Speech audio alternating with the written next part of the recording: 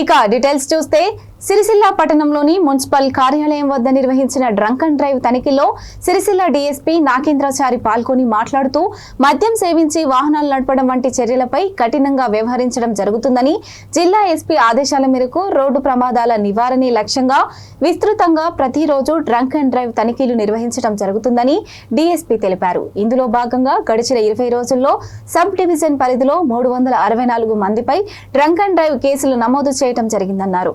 మద్యం సేవించి వాహనం నడిపి ప్రమాదాలకు కారణమైన వారిపై కేసులు నమోదు చేయడంతో పాటుగా కఠిన చర్యలు తీసుకుంటామని హెచ్చరించారు. డ్రంక్ అండ్ డ్రైవ్ చేస్తూ పట్టుబడిన వ్యక్తుల డ్రైవింగ్ లైసెన్స్ తీసుకొని ఆ లైసెన్స్ రద్దుకు సంబంధిత రవాణా శాఖ అధికారులకు సిఫారసు చేయడం జరుగుతుందని, జిల్లాలో ట్రాఫిక్ నియమాలపై అవగాహన కల్పించడంతో పాటు మద్యం సేవించి పట్టుబడిన వారికి కౌన్సిలింగ్ నిర్వహిస్తూ ప్రజల్లో అవగాహన కల్పిస్తున్నామన్నారు.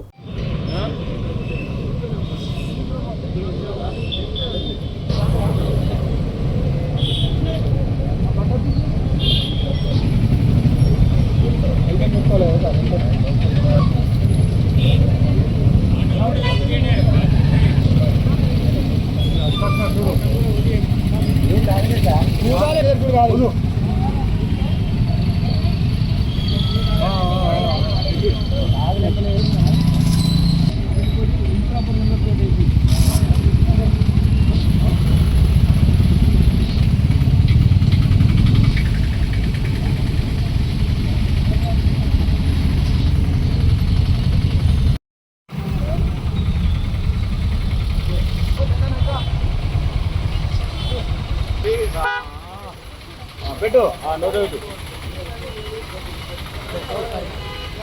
అయితే అయితే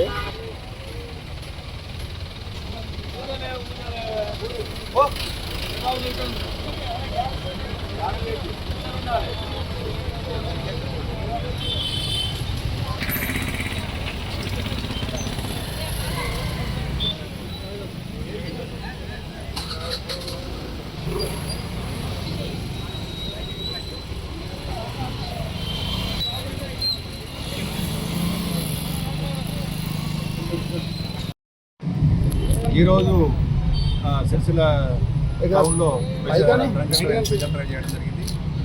ఈ మధ్యకాలంలో యూత్ చాలామంది కూడా తాగడం ఫ్యాషన్గా పెట్టుకోవడం, తర్వాత తాగిన తర్వాత బయట మీద బయటకు రావడం జరుగుతుంది. దాంతో ప్రమాదాలు జరిగి వాళ్ళ కుటుంబాలు వాళ్ళ ద్వారా వాళ్ళ కుటుంబాలకు ఇబ్బంది పడుతున్నారు.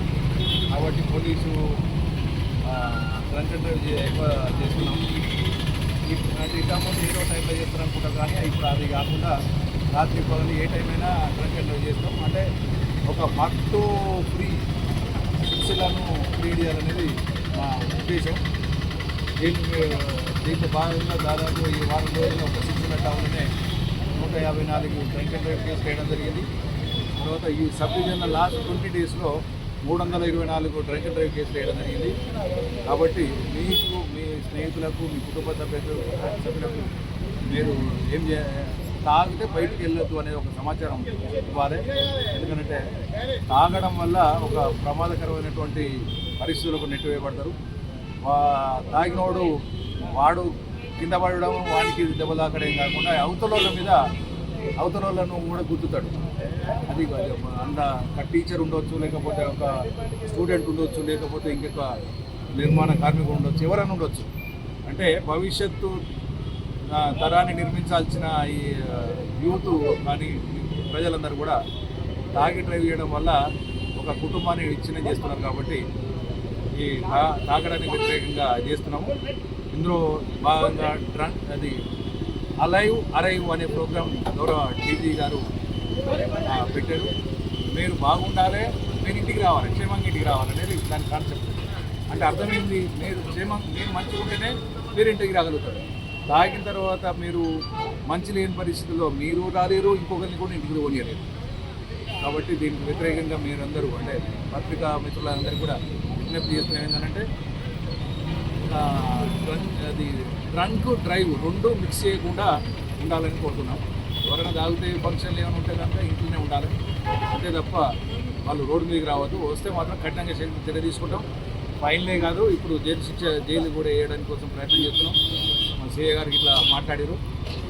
నెక్స్ట్ 100, 100